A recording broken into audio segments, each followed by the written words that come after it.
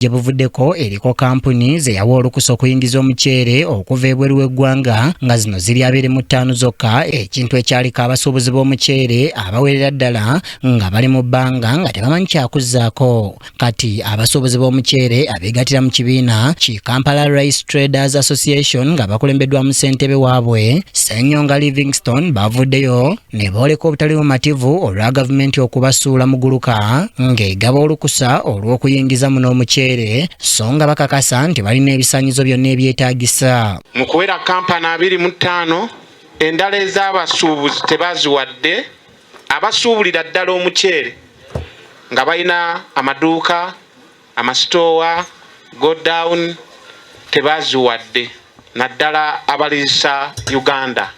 Omuceere gwonooneka neka togoera ku motoka wiiki 2 enkuba etonya gwe gufuna ebbugu mu muceere guvunda wano mutugamba nti Uganda waliwo omuceere mugutulage tulina sene ziwugula tugugule we mugamba nti muno omuceere wano ku local market local farmers tebakyalima muceere. Bano era balumiriza nti ne kampuni ezaweereddwa olukusa tezisuubula muceere so ng'embeera eriwo nti eviiriddeko emmotoka zaabwe okukwatibwa ku nsalo z'eggwanga.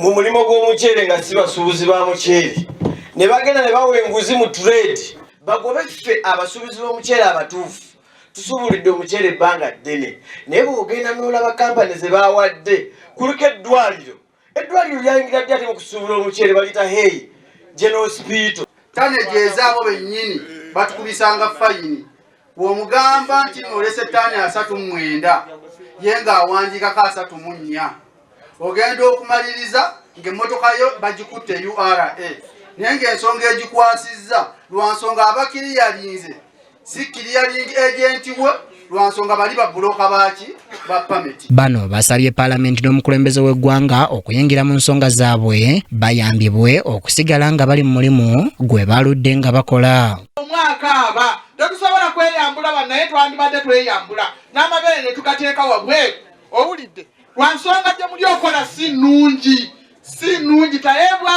gy'oli mukama wange woli taata nkwegayiridde mukama wange yamba